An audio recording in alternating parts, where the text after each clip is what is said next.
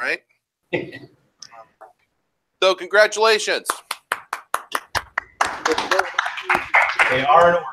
Action in the House. No bill in Capital Classroom has ever been passed by a chamber of the legislature. Very cool. Nice. Well, you guys represent actually, I don't know if a small percentage. There's some 5,000 bills introduced. About 1,000 or so or less will be actually considered to go to the governor's desk now. So you're actually in a select group. So what happens? The cycle repeats. If all things go well, we'll have a hearing before the House Education, or I have asked for a hearing before the House Environment Committee, so that you could draw a panel of legislators who would actually understand and get what you're doing.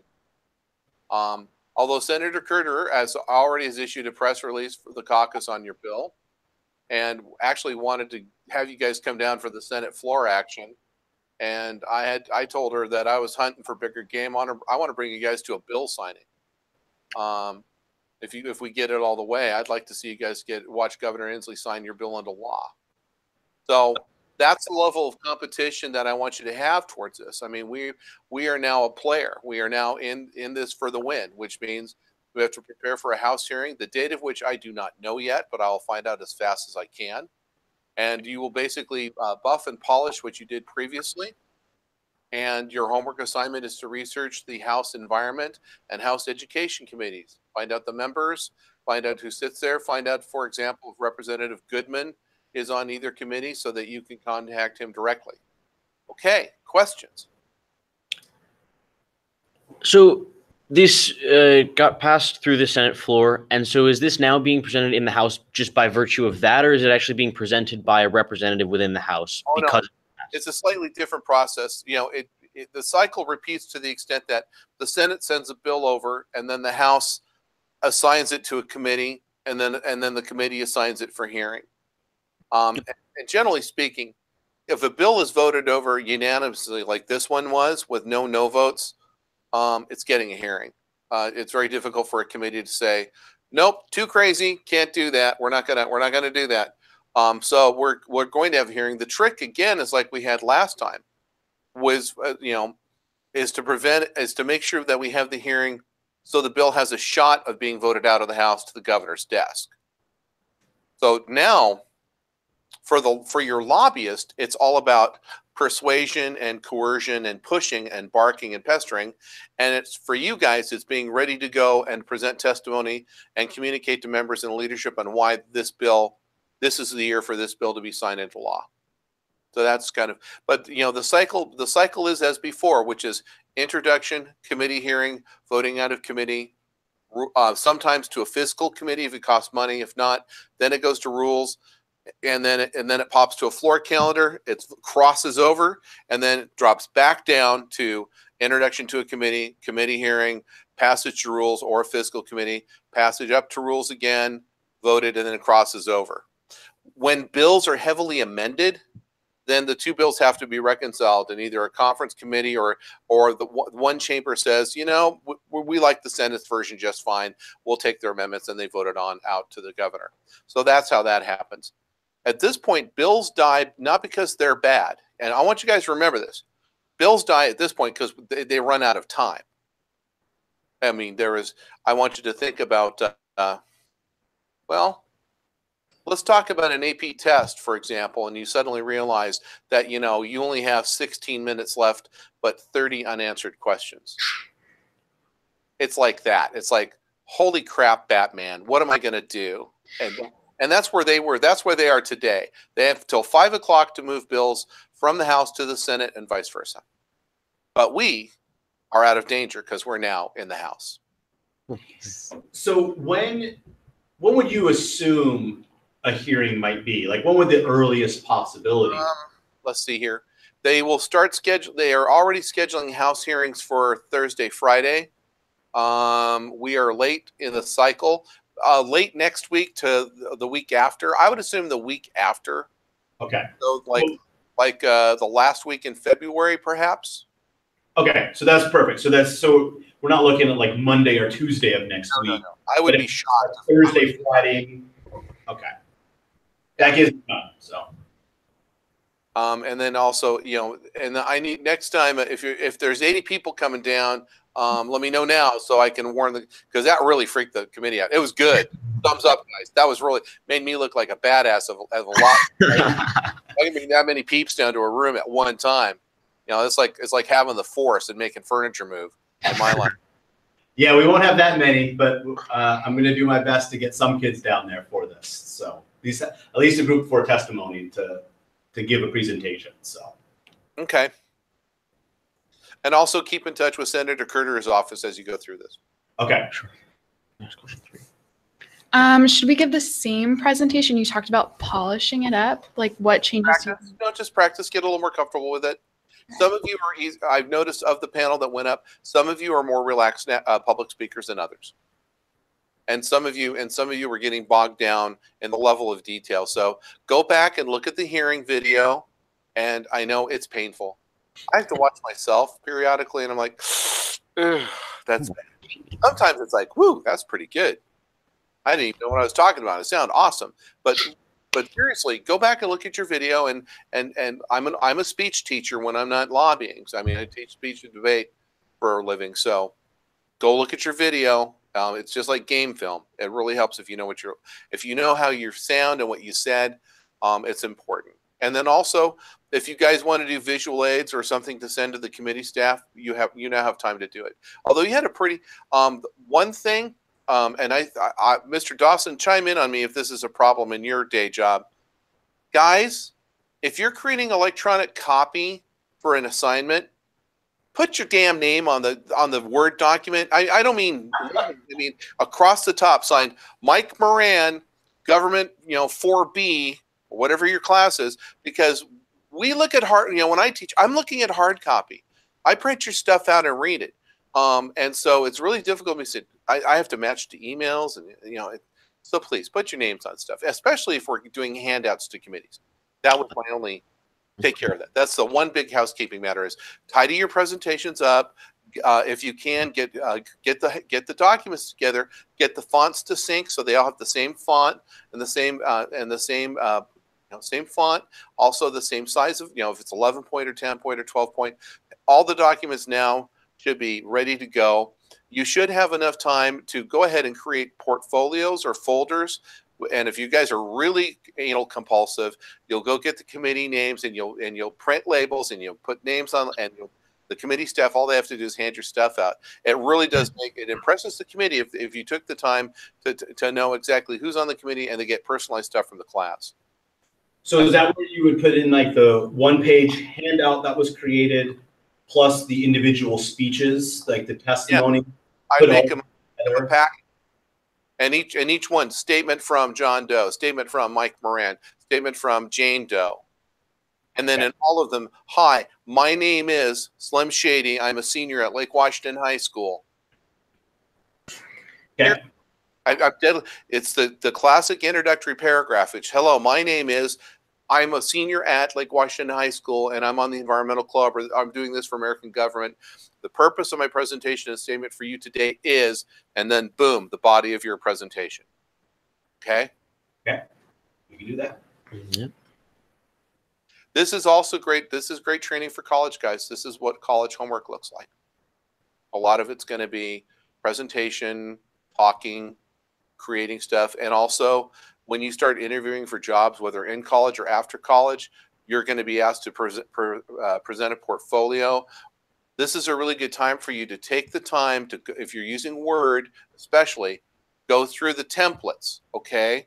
And look at a template for a resume. Look at a template for a staff report. See what the friggin' middle management doofuses like me are looking for, okay? Trust me. The initial presentation is strong.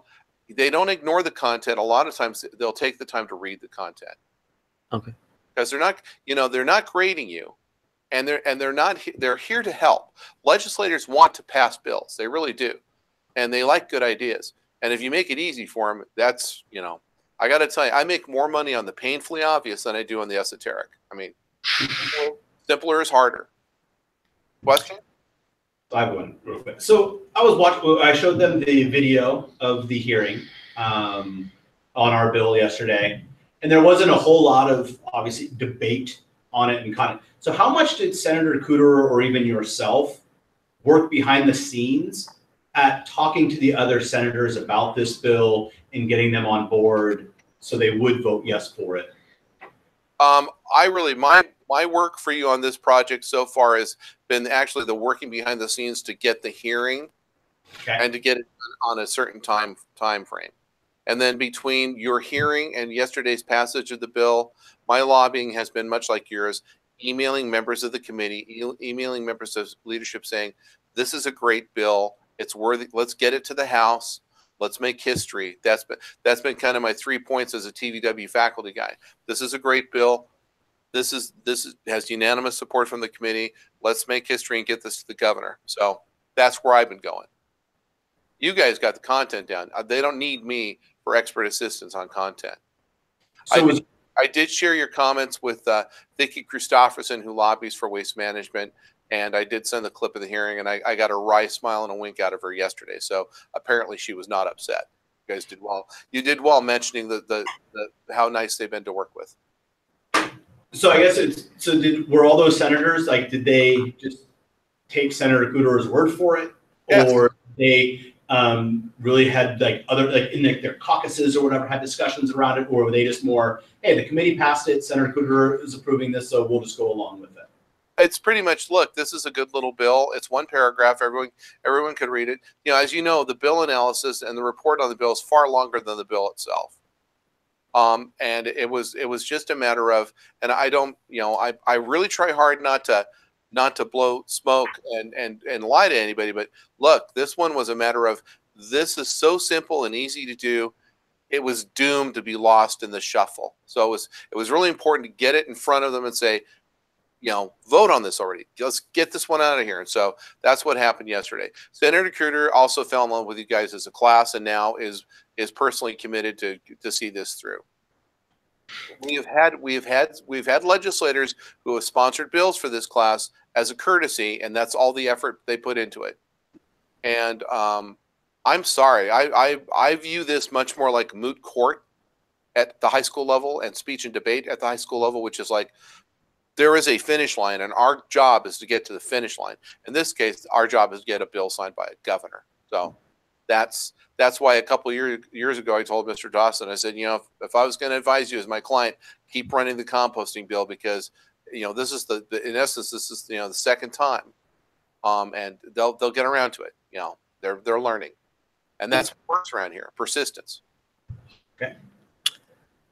You sort of touched on it already, but I was just going to ask about, so one of the sort of notable problems with the bill is that it technically doesn't do anything, right? It sort of promotes, it encourages, it provides a means by which schools can implement the composting program, but like, because it's not mandatory, which was a problem, which is why we changed it, it doesn't actually enact anything. And so is that maybe a deter, like you mentioned, is this something that they might just overlook because it's more of a statement than an actual law or anything like that? Well, you know, the short answer is yes. Any legislative proposal can be stronger. Often the first step in really changing the law in a social justice sort of way is to change the intent of the government. So, like, you know, here's you know, and what we're trying to do here is we're trying to change human behavior. You know, when we talk about gay marriage, is one of the best examples. You know, when you think about race relations, you know, if you talk to African Americans, particularly, 1865 was a couple of months ago. For many people, nothing has changed in race relations. Okay, white people, white middle-aged guys like me, we don't get shot by the police. We tend to go in and shoot places up. I mean, that's the burden of my crazy white middle-aged generation. But when you look at gay marriage, for example, and gay rights, that's a really tight 40-year window of activity from Stonewall in 1969 forward to what you have in the state of Washington, which was, you won't discriminate, you won't throw them out of jobs, they'll be able to keep whatever profession they choose, to they're adults and they have the right to manage their estates and property, to you can get married. you know, you know, my first presentation to this class was the following. I said, we govern by anecdote. Okay. We govern by anecdote. That's why why don't we have paid toilets? Some fat guy couldn't get in under a seat at a stadium. That's why. Why do we have no texting and driving? Because a legislator who's had a daughter who was nearly killed because she was texting while driving in Federal Way. Why are we going to change composting? Because you guys are going to put an intent section in the law that tells school districts that they should do this. And then time over time, district by district, administrator by administrator, high school environmental class by ASB, by high school environmental class, there will be movement. And the law says you should do this. Over time, you can add more to the law to make it stronger. But when you try to, in my line of work, perfection can be a curse. It's too perfect, which means people are going to lose out. Instead of people want to collaborate and jointly create something. That's why the carbon bill, which is up next week, up Thursday in Ways and Means, is a big collaboration between environmentalists, business, Indian tribes, governments, and it's trying to figure out how to create a carbon tax and sequester policy. There's an initiative in the high weeds that might be gathering signatures any day that would be a much more radical and stronger environmental proposal than what business and manufacturing wants to do with. And that's our society. That's our government, how it works. It is an adversarial process. I mean, there are people that want stuff, people don't want it. So could your bill be stronger? Yeah. Would it pass? Probably not. But, you guys are trailblazers. You're setting up a window for the future. Okay. Cool. Nice. No, I think we covered. So I have a quick question. So I was watching, when our actually bill was on the Senate floor was when I was driving home. So I had watched all of in the morning and afternoon, and then I watched all last night. And so pretty much, I would say 90% of the bills I saw passed out were, 45-2, 47-0, 43-4, whatever. Is it usually that congenial, or were there just not really many controversial issues that were causing a lot of debate on the floor and anti this, anti that? It seemed a lot more just kind of jovial, procedural, throwing a few jokes, and then we're all going to pass things. So this is in the legislature. This time, the deadlines are when you see the dark side of the force. One of the majority party controls the agenda. The majority party controls the legislation that will pass out. The majority party sets the tone and allows things. The minority party only has two weapons: the power of saying no and holding stuff hostage, and the power of killing the clock through speaking on every bill. So what we do now is we pass this is my pet theory, because they don't. I mean, I've looked. I teach political communications to college students, and I've tried to come up with a textbook that says this is how they do this. Most of the authors I've seen are like, well, this is what I've experienced. Here's my pet theory. If I'm the majority leader, I have a couple of things I need from the minority. I need votes on bond bills if I'm going to go into debt. I'm going to need votes on the budget. And I'm going to need bipartisan votes on important policy issues if I can get them. And to do that, the carrots are I'm going to pass my minority members' bills. And we're going to get them through. On the minority side, it's like we are going to either we're going to control the majority. If the Democrats are in the minority, we're going to control the tyranny of the Republican Party and their war against poor people. If we're Republicans, we're going to control the tyranny of the Democrats against small business. I mean, we all have our little tribal tiki doll that we wave around saying, here's who we're protecting. So we've gotten through the easy process of getting all the normal, easy to do bills out of the way. Now are the really hard bills. They talk about the 5 o'clock bill in the state legislature. The 5 o'clock bill is traditionally the last bill under consideration by a body before it adjourns on this cutoff date. Today's Senate 5 o'clock bill is Senate Bill 6263, which is the Master McCleary funding fix that needs to be done to tweak the things from last year's McCleary funding. Oh, by the way, you all should probably look on the newspapers to see how many bond levies passed and failed in King and Snohomish counties last night. We had our bond failed. We had 2 levies passed, but our bond didn't get the 60%. You're going to find a lot of that because everyone got their property tax bills the last few days. Yeah. Because our property tax in this area went up, I think, 21%. Yeah. From the McCleary. And then when the school district was asking, we actually weren't asking to raise anything, but to keep it current. These are maintenance carryover levies. This is when the district goes to the voters and says, you know, we have a construction levy and we're still building stuff. We need to extend this levy another 5 years. And normally they pass, you know, it's nothing new. You're not adding to people's taxes. It's not a new fee. But what we have, because of the massive increase in assessments of your parents' property, and also keep in mind, some of you in today's world, not everyone in the room is a homeowner. A lot of you are renters. I'm a renter, and it's very difficult. You know, those rents go up when property owners have to pay more in property taxes and insurance. Rents go up to renters, so the whole cost of housing is rising around the state. And in Snohomish and King County, it's rising far faster than other parts of the state. And when voters get their ballots and they have their new 20% increased property tax in one hand and a ballot asking for more tax money in the other, you know, people vote. They can vote with their feet. They can not vote. And then you don't have 60% to pass a bonding bill. In Olympia, the legislature has to have 60% to pass its bonding bills. So going back to your original question, this is the process of collegiality. And there's also the chambers are like toddlers too. They shift responsibility to the other body.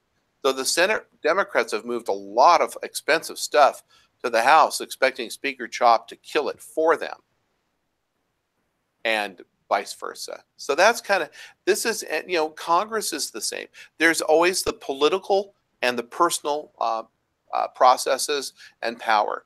Personal political power is not well documented, but it's, you know, popular politicians who are good to their constituents and are good to their surrounding legislators. You know, a good example of that is Steve Hobbs, a state senator in the 44th at Mill Creek. He's in a very tight district that elects Republicans. John Lovick, who was a former Snohomish County executive and now back in the House of Representatives. These guys work on personal persuasion, making friends on both sides of the aisle, and making sure they can get their stuff done. It's one of those things. Does that answer your question? It does. All right. What is the McCleary fix, by the way? Because I haven't heard a lot about the fix.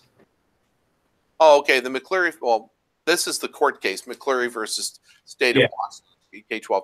Last year, the legislature passed House Bill 2242, which was the first thing it did is it took the state's property tax. Think of the state property tax as a big box full of money, okay? And this money flows in from homeowners and flows in and flows in and flows in. And what they did is they put a sleeve, they put a divider in the box, a part one of the box and a part two.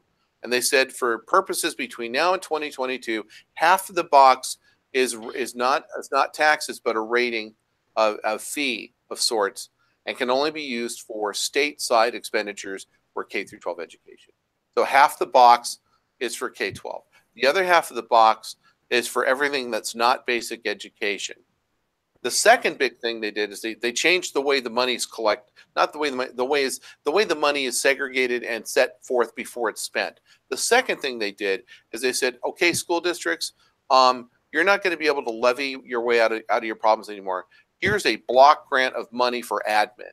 And oh, by the way, we forgot special ed. And oh, by the way, we forgot transportation. Well, we'll figure out how to pay for that. And that happens now. So a lot of school districts in the fall of 2017 up through this early winter of 2018 have been desperately scrambling around trying to figure out how to A, pay their teachers more money because the state now says they have to, and B, how do they pay for all the other stuff that people expect inside of school, whether it's lunches, special education, counselors, bus drivers. You pick anybody who's not Mr. Dawson, who has a badge and a lanyard that says he works here. They got to figure out how to pay for all those other guys too. And Principals are expensive. Dawson deserves principal money. I'll say that for the record because he's a great guy and I like him. But we have not yet gotten to the point of paying teachers $125,000 to $200,000 a year. But gosh darn it, shouldn't we, Mr. Dawson? Heck yeah, we should. Miss Thomas makes $138,000 a year. Yeah, he looked for a principal salary. Well, anyhow, this is the box that they find themselves in, and so we have this education fix, right? That we fixed, while at the same time, all of these property taxes are increasing, and the net values of homes are increasing, and so like your grandmother, for example, she's paid off her house, she's living on retirement Social Security, but her property taxes have gone up from $4,000 a year to $12,000 a year. We have seniors that can no longer stay in their homes because the property taxes that they're paying are too high.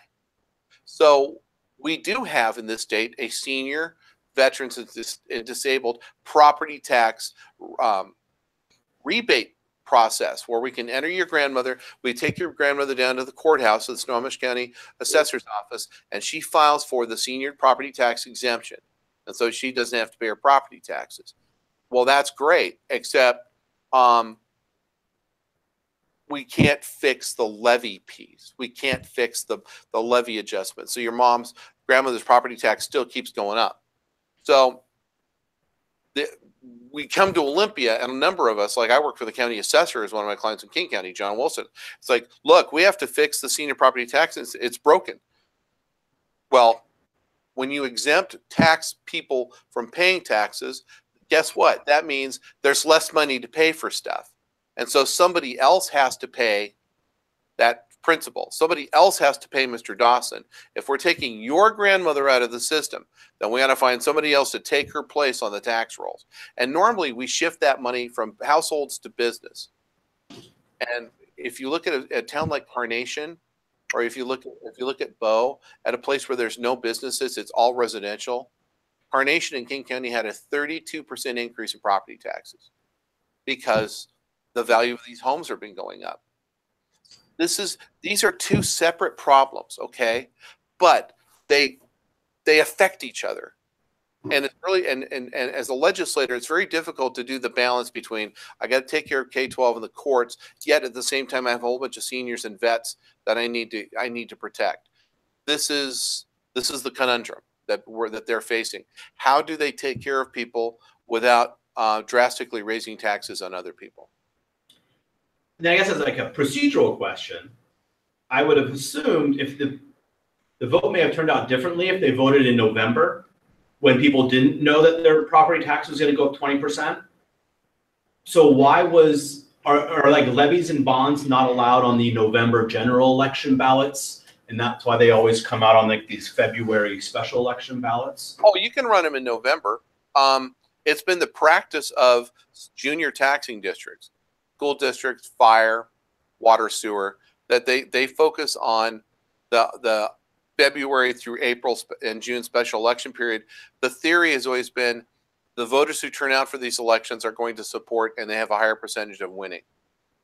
Okay. You know, it's kind of the difference between an election. I don't know if you guys cover elections as part of your class work here, but there's a whole science about voter behavior and voter populations.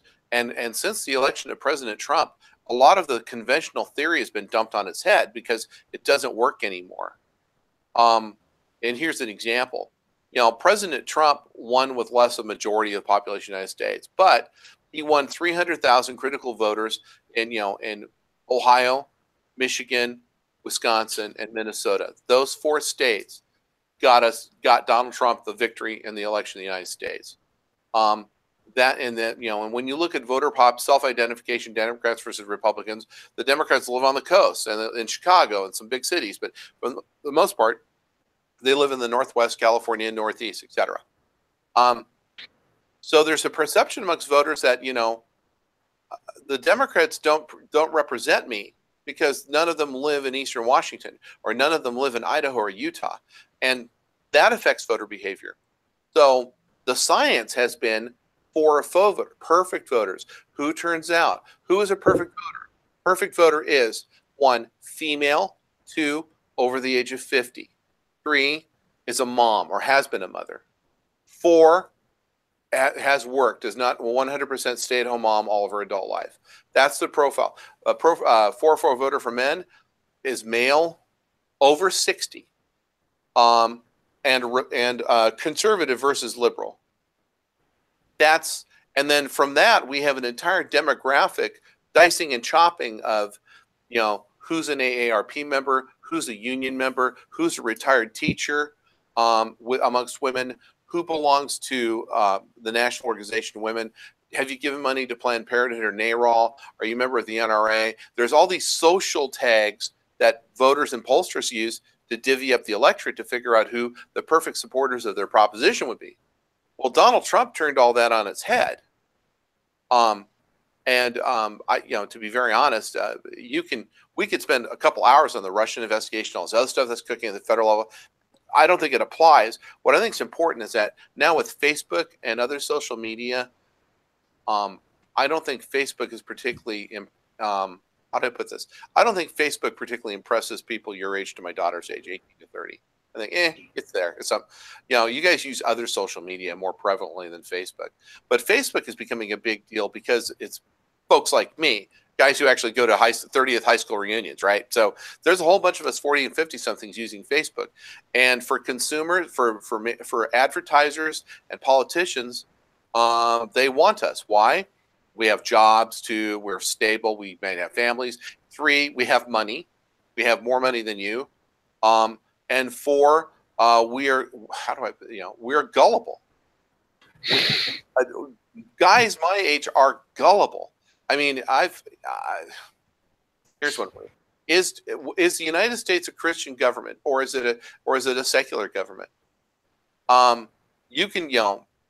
George Washington was not a Christian. George Washington was a deist. He went to Presbyterian church because that's the closest one to his residence in D.C. When Benjamin Franklin died, every religion in Philadelphia came to his funeral. There was a Mon. We had Muslims in the United States in the 1700s. People just didn't realize it. We had Jews, we had Catholics, although we were predominantly a Protestant, a Presbyterian type of Protestants from Massachusetts. But what I'm trying to say is that much of the founding fathers were not particularly religious. I mean, you have to go to like Monroe. Hamilton wasn't. Jefferson was snidely, agnostic, look down the nose. I mean, this is a guy who wrote about freedom and also had slaves. I mean, there's lots of things about the founding fathers that don't translate well into the 21st century.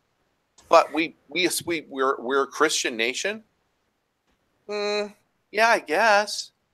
A Christian nation that practiced slavery, enslaved Indians, engaged in acts of territory and genocide. I mean, well, like a ton of Christian nations did that. So, yeah, Britain, the Crusades, France. Yeah, I mean, so I often find it though when we talk to people on Facebook. Oh, that was all in the past. No, Jesus wrote the Constitution. Like, no, there's no mention of Christ in the Constitution. None. No mention of God. There is in the Declaration of Independence because it talks about the repression of religion. And so we don't have an educated, you guys are the most educated people in your school right now on the Constitution and the government because you're studying it. And when you guys leave, and for those of you who have no strong interest in going to college, don't want to be lawyers, don't want to work for the federal government, don't have any of that in your future, a lot of the stuff fades into the background until you get your property tax statement. Suddenly, you've got religion, tax religion. I mean, that's, Tim Eyman, who lives down the street from you guys in Mukilteo. That's who he banks on for persuasion.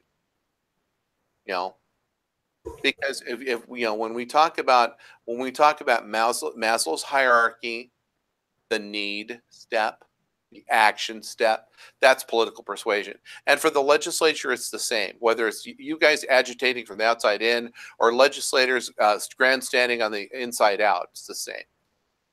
God, thank you for letting me rant today. This has been very therapeutic because this has been a really stressful day for me.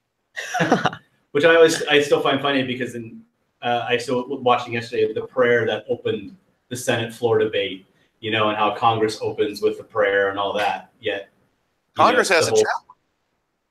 Yeah, and so you still have like the praying that occurs in the government, but then people talk about the separation of church and state and all that. So I always just find that still interesting. Well, my joke has always been, if atheists got a tax exemption like religions, it'd be a lot more calmer around here. That's, there is a, you can be very cynical and snarky about this, but it is, I mean, one of the things that the daily prayer before the chamber stresses, regardless whether it's a Catholic, Protestant, Jew, Muslim, Sikh, we've had them all during session. We get them all once a day, at least one of each month, is the following: you have to treat each other with respect. You have to respect the process, and you have to allow ideas to flourish. That has been the constant. And I mean, and those three lessons I hope you guys carry with you through university.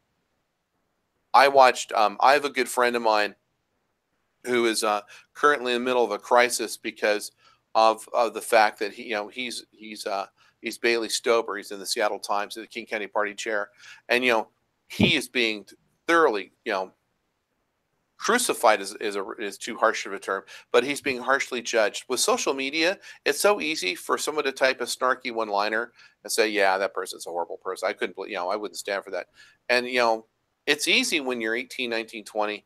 If you're 56, you've been fired from a couple of jobs and you've had crazy things in your life. I tend to let's all take a deep breath. Let's let HR do its job and let's move forward. Due process is not a cop-out. Due process protects you, and it protects me, and it protects Mr. Dawson, and allows, and we have to let that happen. Bad behavior has to be punished. We have never, until this time, this generation, actually said we are categorically going after sexual harassment.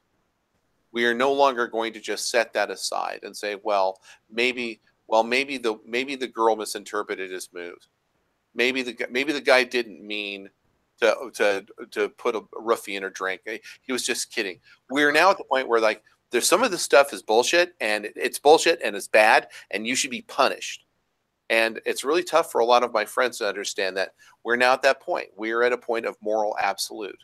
And that's good because it will force behavior. You know what the big thing is going to be for women that we have to work on that's going to take past my lifetime? Getting y'all to get the same pay that I do. Pay equity. We had a bill on the House floor yesterday that was amended by the Republicans and the women all voted for, which was the governor's office will be the first place they study for gender and pay disparity. And it's a big problem, and I'll tell you why. Women have a tougher time getting promoted. Women have a tougher time proving their experience. Women have a tougher time aggressively pursuing an increase in pay because they don't get the shots on goal that they deserve. They're trained by culture to be non-confrontational. And when they do get confrontational, then personality attacks are used. And the women in the class are nodding their heads saying, yeah, every time I've tried to be pushy on something, I get a 5-letter word thrown back in my face.